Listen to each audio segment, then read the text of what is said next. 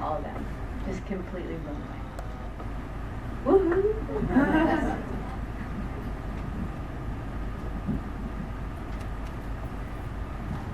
This is a question for Anahita. You got such totally naturalistic performances out of your people. I'm actually thinking especially of the guy who works at the ear piercing place, the second one that they go to. Can you talk a little bit about that? Do you improv with them? How does that work? Yeah, usually do not work with actors, and I work with non-actors, or like for the piercing, I've worked with the people who really work at that place. I think I come from a school of filmmaking in Iran that's very much based on like non-actors and like natural performing. I was a student at Gorejestani who always works with non-actors in his work, and so my method is usually to have several rehearsals with non-actors and try to actually change my script based on what they improvise. So that's usually the method that I use when I'm working with children or with non-actors, that we have like a few days of rehearsals before shooting, and I don't try to like just like be very strict about like having them reading the lines, but rather than that I try to be flexible and change my lines based on the words and the lines that I hear from them. So yeah, that's how we do it.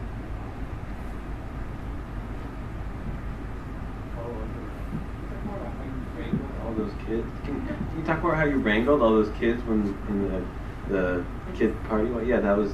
Yeah, how do you?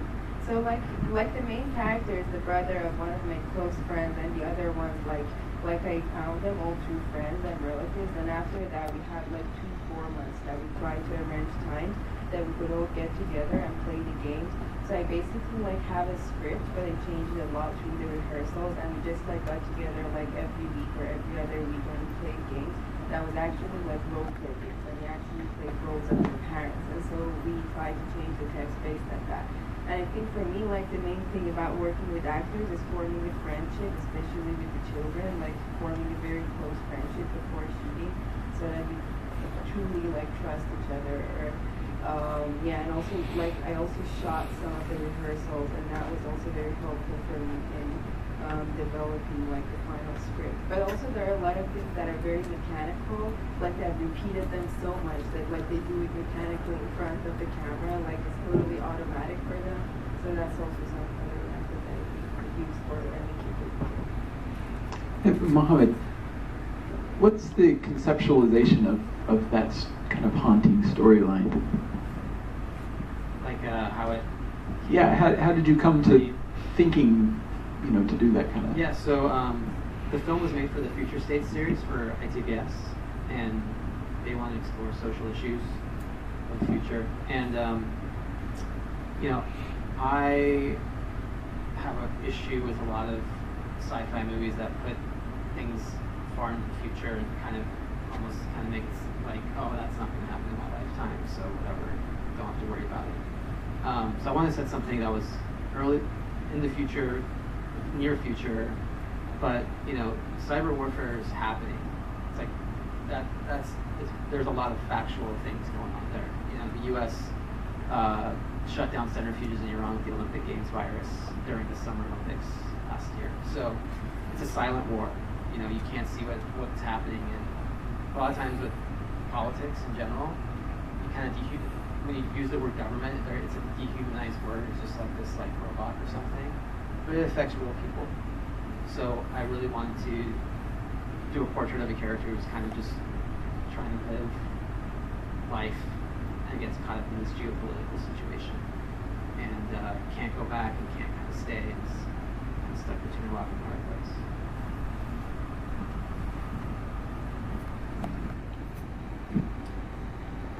I just want to, as an Iranian myself, I want to say I'm proud of you guys. It's a super job. Thank you.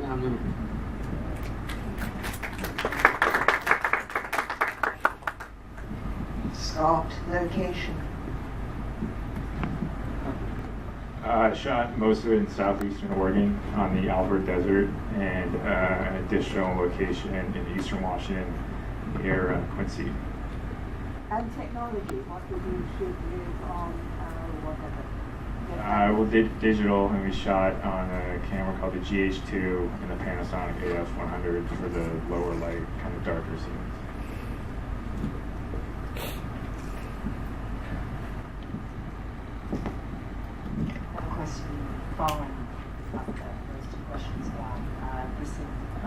about early surveying? Did you research? Did you know? Was it just something that interested you? How did you come up with the subject? I was reading a bunch of books about by Cormac McCarthy that I was really influenced by. I really liked one of his books called Blood Meridian, but that would cost like $100 million to make. So I kept reading about it, trying to find a subject, and I was reading about the Comanche tribe, and he mentioned in this book about it how surveying was referred to by them as dark magic, because it was literally the mechanism by which the American government was expanding westward. So it was sort of the ultimate process, kind of like movies about a really, like a process movie, whether it's journalism or in this case surveying. So that was my way into the Western. I felt like I hadn't seen that before, and that was the starting point. I hadn't either, and it was really good. I really enjoyed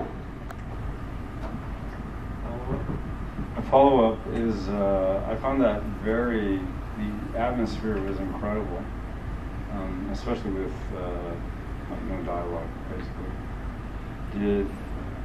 Is that a literal story, or is there a whole bunch of subtext to that? Because it felt like it wasn't a literal story. I didn't end up putting, this in the film in terms of text, but it's supposed to take place during the last days of the Mexican-American War, and this is when the American government was really pushing west. I mean, needless to say, being an American Indian during this time, it's like being a Jew in Berlin, 1930s.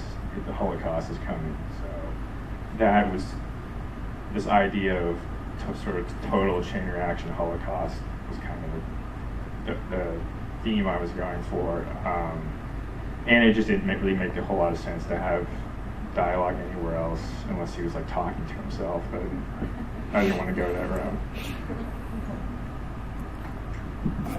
For Scott, what was your relationship with your cinematographer? Because that's the part of the movie that the short that I most appreciated. So how much do you rely on that person to create your vision versus what they might see?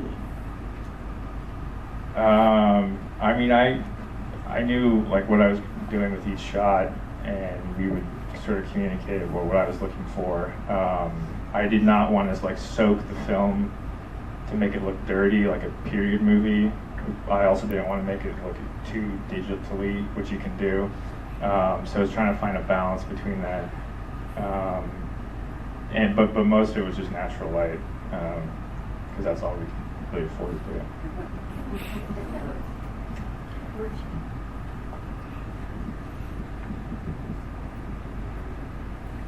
Did the gun really get stuck in the ear? Yes, it did. No way. So it was in the script. It was scripted that the girl gets pierced in the absence of her mother, and it's really painful, and she goes through that all by herself. So that was basically what was scripted. But then it happened, and it was all like the dilemma of making decision at the scene, because everyone thought that, okay, like we're not shooting anymore, we're going to help.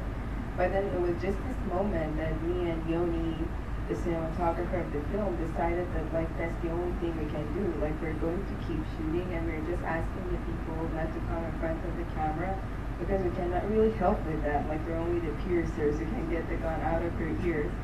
So what I did is that I just talked to the woman that like, could you please go like to like where you were placed at the beginning of the shot and just help him with that, and we just shoot you, and just, she said, okay, we try our best. So we just kept shooting until they did that, and we made sure that it's not really dangerous. Like that's something that happens sometimes, that the guns get stuck in the earring is stuck in the gun, and they just need to like detach it. So it's not like something that really like, damages like your ear or anything like that. So yeah, we just waited for that. And then after that, it was like making the decision whether we were going to include it in the final cut or not. Because we had two versions. One was right after she gets pierced, like it was cut to black, and the other one was with this one. So it didn't work with this one, because it was like this sort of like really like straightforward like narrative film that then ends in this like cinema verite style that's too like out of the narrative structure that it has. But then what helped it was like the sound design that we added, like the actually like the off-screen sound of the mother who's talking on the phone, and it actually like made some sort of like narrative suspense that could like attach it like to the other parts of the film. So that was how the whole process worked. Yeah. Yeah, it was a good accident.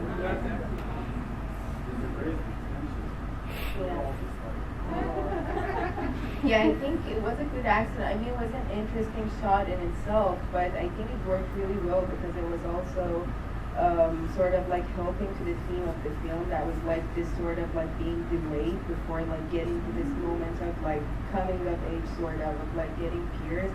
Like the whole film is about like being delayed, and it's like traumatic, it's painful, and it's totally like a visceral version of that. I think happens at the end. Yeah, so it's helpful. A lot of the filmmakers know the story of the film and where it played and what that got you, but for the other audience, can you tell us that on Needle? Where it played and what the result of that was? Oh yeah, Needle was in the Cinephone National Selection at Cannes Film Festival, and it won the first prize there. Yeah.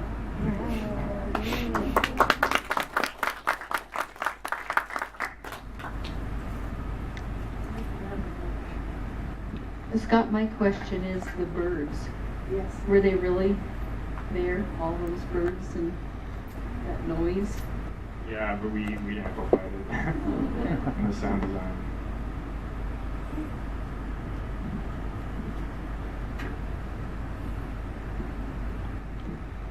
The last film really struck home because we have right here in the Tide Flats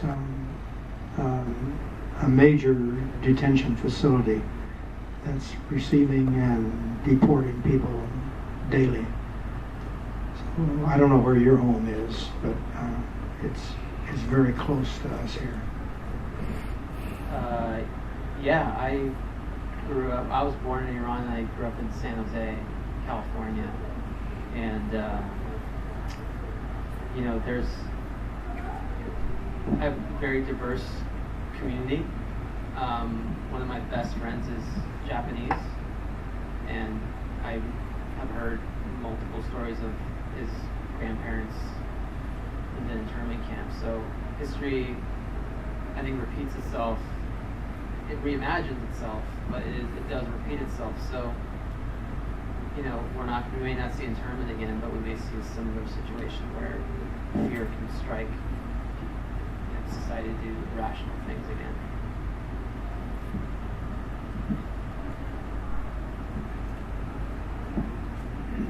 It's not a question again.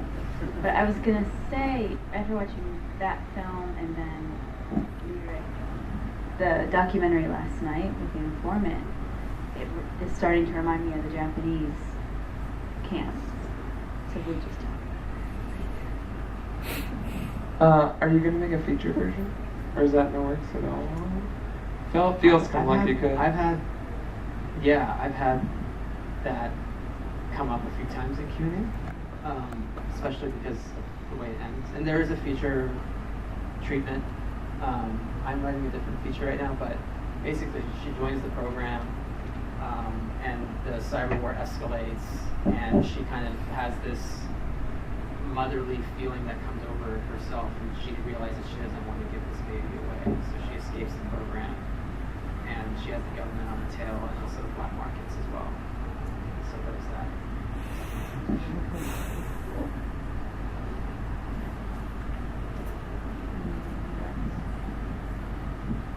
First, I'll echo what Andrea said, which is amazing shorts, all you guys. So my question's for Mo, which is, I thought the way you showed the futuristic technology was really cool, and to maybe talk about, I guess, first like the VFX process, but also how you decided what technology would be like. So I really wanted to make this world very believable, and we also didn't have a lot of money, so we had to be very selective. I wanted the technology to always be a complement to what was already happening in the scene, not be a focal point. So sat down with Mike G, our DP, and we kind of like explored what shots we could kind of add these flashes of technology to kind of set the scene forward. But my filter was, I want to make sure this is still something that I feel is around the corner. And then we had our production designer build pretty much all the things that we basically, we more or less, we just basically used like the evolution of screens, like digital projection on the screens. There's a lot of technology going that way. I fortunately live in Silicon Valley, so I can kind of call a few people and see what they're working on in their companies. And then my VFX guy owed me a lot of favors from college, so I stuck him in his trailer house in LA on assignment for a few months. And now I'm editing. So last question here. Back to surveyor. Questions for somebody that doesn't know much about firearms. What's supposed to have happened with a misfired gun, and where did you get a hold of your artifacts, such as the surveying equipment and the logbook and all? I actually had a surveyor historical advisor on the movie. He was from Friday Harbor, and he was like, I don't know, 85-ish, and he came all the way out to the desert. This was right after he had a heart attack. But he still wanted to come. So he provided all that antique equipment, which would otherwise be incredibly expensive to buy. It's like something collectors like to find a lot, but it's really expensive. So that was all his. And what was your second about the guns? Right. It takes a lot. Right. It just in reading about the period, it takes a lot of upkeep to keep a gun going, and it constantly break down. It's not like you can, especially the elements, rain, water, dust, guns are constantly malfunctioning. Even today, actually, in wars, more than you see in movies anyway. So that was just kind of, another, the gun malfunction is what happens when you're out there. Just a poor break for that guy. I don't want to be big for the